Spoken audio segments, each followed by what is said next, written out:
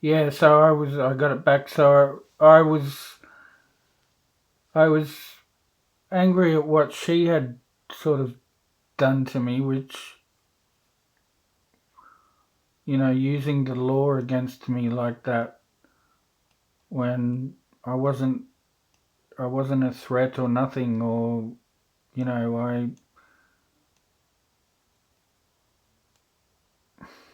and, so I was angry with her for that.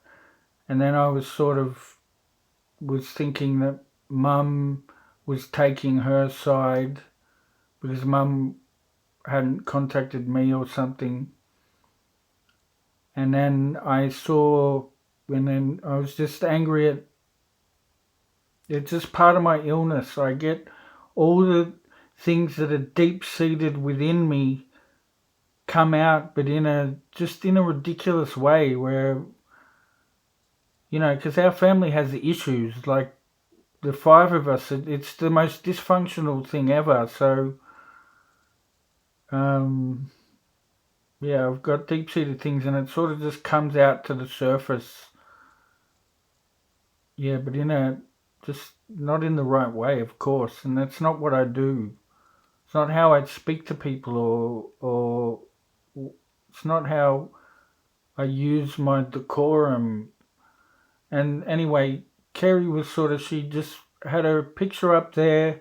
She didn't look like she wanted to even be there. There's no makeup, no smile. And I just sort of thought, why are you doing this? And I said what I said, which was stupid and wrong of me. I want to send her some flowers, but I feel like it's opening it up again. And what's the point? And, I remember at Kim's house when, Emma was 1 year old and we all had the family came together. I wanted to get everyone together because that's all I ever really want is everybody together. Like, you know, but somehow I've done it all wrong to not let that happen, which I sort of haven't. And what was I saying? Shit, now I've forgotten it again. I got off the track.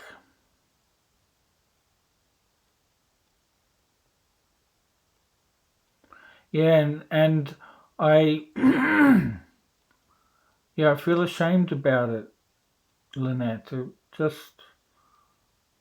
I enjoyed your response too, which was oh, don't talk to my family ever again, sort of thing. What, like you're the boss of them? We don't talk anyway, so I don't know why you needed to. No, you know, the I was mentally ill when I did that. Yeah, Mum's has her mental illness and her funny things come out. um, yeah, and it's not easy to be around, but it's not like we ostracize her and because of it, but it's happening to me. And that day, see what had happened, Mum, is I was looking for you. All I knew was that you'd gone off to because Kim had told me that that you'd gone with Lynette and Cheryl off to Queensland. And I thought to myself, what, this is COVID time and you guys are going off to Queensland? Like, how could you even travel during that time? Anyway, you did what you did, and Mum got whatever happened. I think you got an infected hand or something, and you're in a hospital for a week. And Kim told me that, see, I don't even know exactly when this was because my timelines, I think I was coming into being a bit loopy, I'm not sure. And Kim had told me that what had happened and that she had said something weird about, oh, you have problems with your hands. You always get a cut or something on your hands. And then, anyway, so you were in there for that time. And then all I knew is you came back to Melbourne. And then a few weeks later, a month later, the place was sold in Prospect in Wandon and that you're in a nursing home. And I don't know why, but I couldn't I don't know, I couldn't call you. Like, my mind didn't have the mental fortitude to say, Warwick, pick up the phone and call your mother to see how she is and where she is and what's going on. I just couldn't have, I didn't have the brain capacity. It's so hard for anyone to understand, I'm sure. But I didn't have the brain capacity to be able to do that. All I knew is I had to find my mum. So, I had to find, and then for a few weeks, I was thinking about driving up to your place, and because I wasn't even sure if it really had been sold, if she was lying to me or whatever, because you get suspicious, like mum, you get suspicious too when you're sort of not well, like how you thought Rose was against you and she didn't like you and stuff, and I'm like, no, to her you're just her nana, you're just Emma's nana and your family, that's all. So now I've changed the subject again and lost it. Um,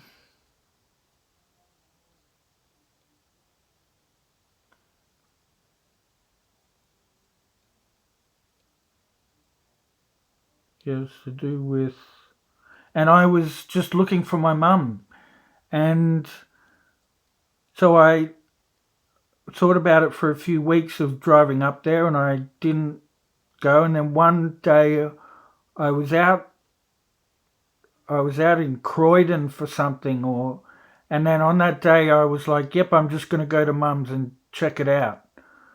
And I get there, and who happens to be there? But she's there, and I was a distance away from her. I didn't get close, and I'm just like, "Where's mum? Where's mum? Come on, tell me what." Now she just stood there and ignored what I was saying, and just had a sort of a smirk on her face, because she obviously saw that I wasn't quite right as well.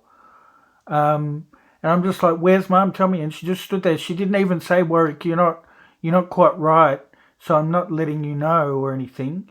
Because when you're sick, you don't know you're sick. You have no idea, and it's the worst thing in the world, Lynette. It's hell. I would not wish it upon my worst enemy. Um, Losing the plot, having a mental episode. This went on for 8 months for me because Rose and Emma weren't here, and I got like about 6 or 7 speeding fines that all went to $5,000 because I thought I was allowed to just. I was on missions just everywhere, just driving around being stupid, thinking I could drive as fast as I wanted stuff. And anyway, so then yeah. So how do you think one feels when you ask someone a question? You're looking, as far as you're concerned, you're just looking for your mum. You can't find her, and then nobody's telling you where she is, and I had no way of getting in contact with you. And then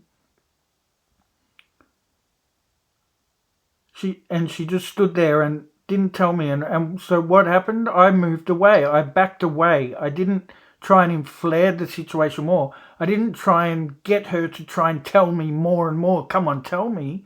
I knew she wasn't going to, so I backed away. Now I yelled a few funny things when I left. In a funny accent like this I had, and I was going, yeah, whatever. Yeah, I did that when I left, and that probably, that was all. So then that started off her. She must have thought I was following her or something, and that started off her thing to get me in trouble, and acting as if that was a big, because it was erratic behaviour. I was displaying erratic behaviour because I was being ignored. So, and then I remember, I think too, Mum, like you said, oh, because Tara had spoken to you, and um, she relayed a few things to you for me, and um, you'd said to her, oh, but you were rude to Kim. I tell you what, and I'm the youngest too, so you were all rude to me first. Let's put it that way. Okay, so we'll move that out. I'll forgive you all for that. But I was rude to Kim. She left me on Christmas Day by myself with no family, no nothing, knowing that I feel like shit. never explained to me why she wouldn't have me at Christmas on that day. Um, just ridiculous. Ridiculous. What? Am I. Yeah, I probably do look like shit and like a hobo, but whatever. So what? Probably because I feel like a fucking hobo because I've been. Oh, sorry, I'm getting angry. Because I've been pushed into a corner and when you can't get it out, it becomes other things, and it can become physical sickness, and it can become even mental for your mental health. Like I probably look all stressed and whatever, and like because this to me I can't understand it, and so I backed away and I left her, and that was that.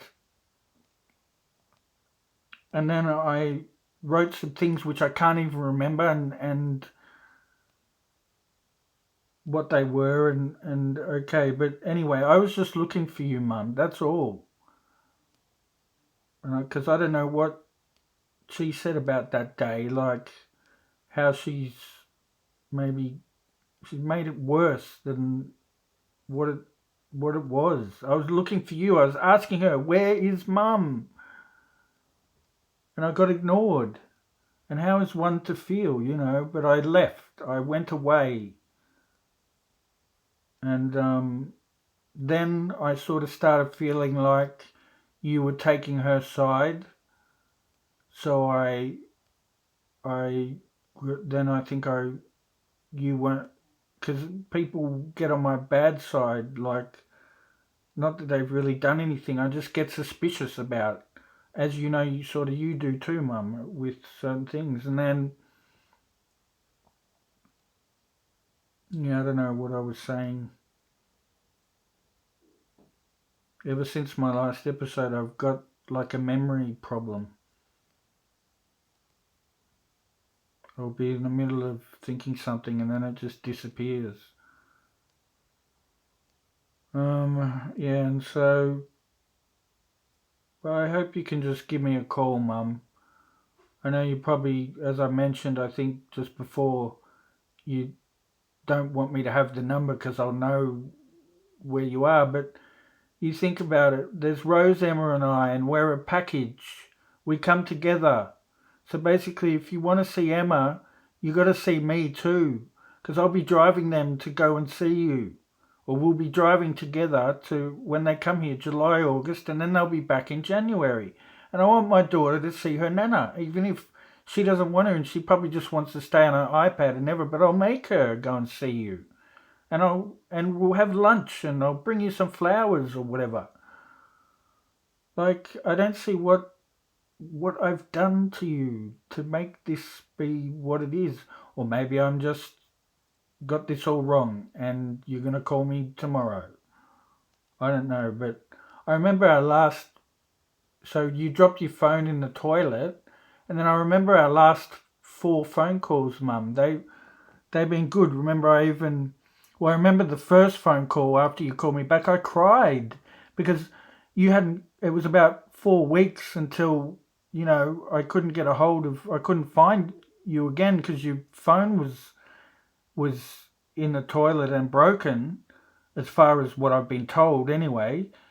And yeah, and then you called me back, and I cried because I thought you'd taken sides, and you were like, "Oh no, Warwick, you're my son. I'm not taking any sides. You're my son," and that made me feel so much better. And then we had two or three conversations after that, and you know how I get a feeling you're gonna call. Like the last time I was in my bathroom, and I remember thinking to myself, "Warwick, call mum. You got to call mum." You got to call mum, just, and I was going to. I was like, because sometimes it's difficult for me to call you mum. I can't explain why, but it is. Our conversations are sort of, there's not much coming out of your mouth, and that makes me not want to talk. But in our last conversations, I made a conscious effort, which I'll get into in a minute about the story I told. But what I was saying now, I've forgotten again. Um, the phone calls, and yeah, I cried because, and you said no. And then you said, no, you're my son. I'm not taking sides. And that just made me feel better. And then, yeah, so I was in the bathroom and I was thinking, got to call you. I've got to call you, and I was going to. And but then a couple of hours went on, and it sort of then my mood to do it sort of left, and then but I still was going to call you. But bang, there you were. You called, and it's quite and it, in about the last, let's say, 8 times, maybe 3 times, I've thought to myself, like I hadn't thought of you for days or weeks even. And then I'd just think about you and boom, you'd be on the phone, you'd be calling me.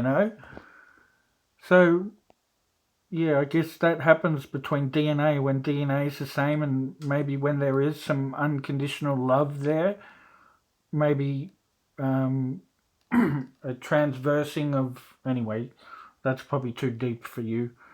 But it happens.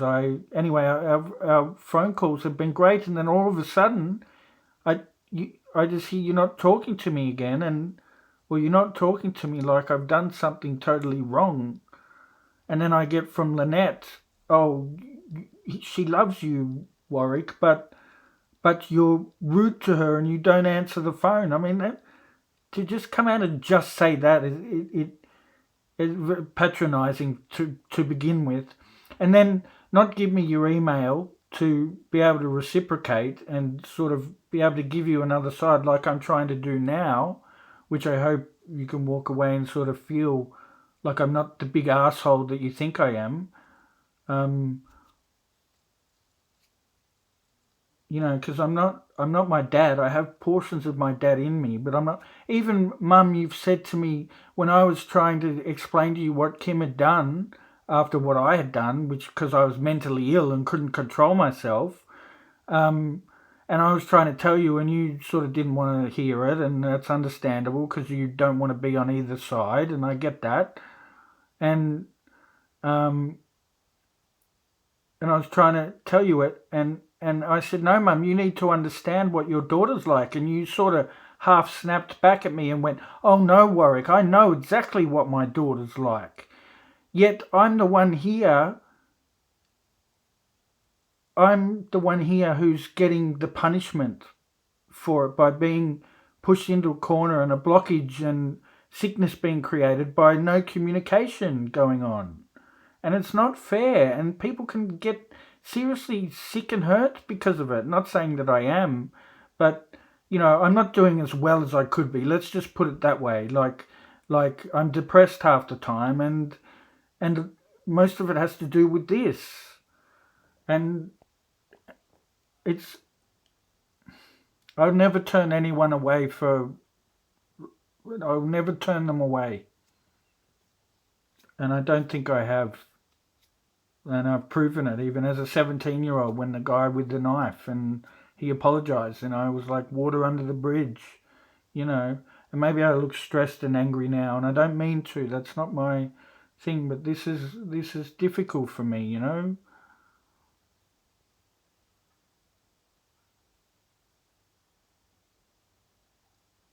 I just hope you can give me a call, Mum. 0455 130 171 if you've deleted my number or something.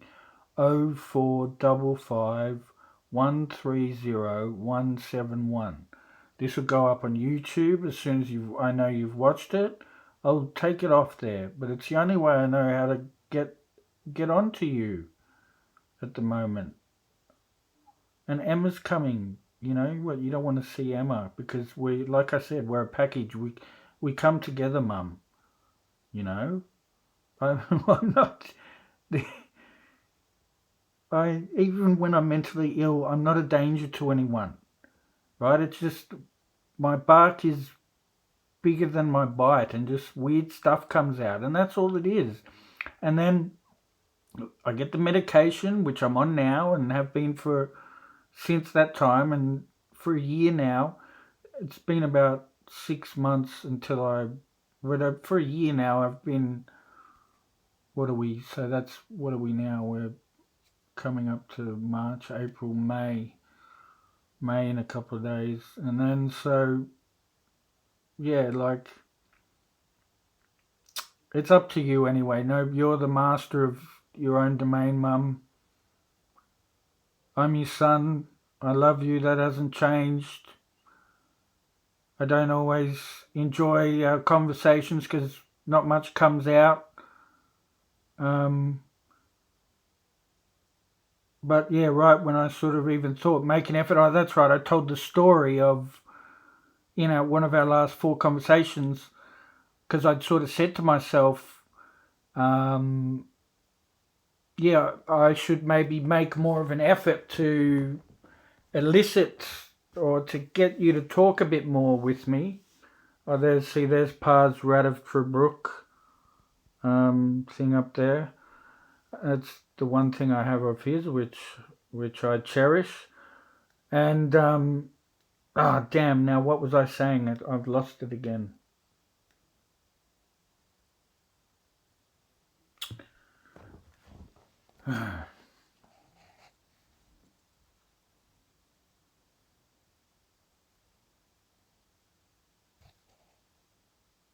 I'm gonna have to stop it, and I'm gonna watch this through, and then I'll probably make a third one.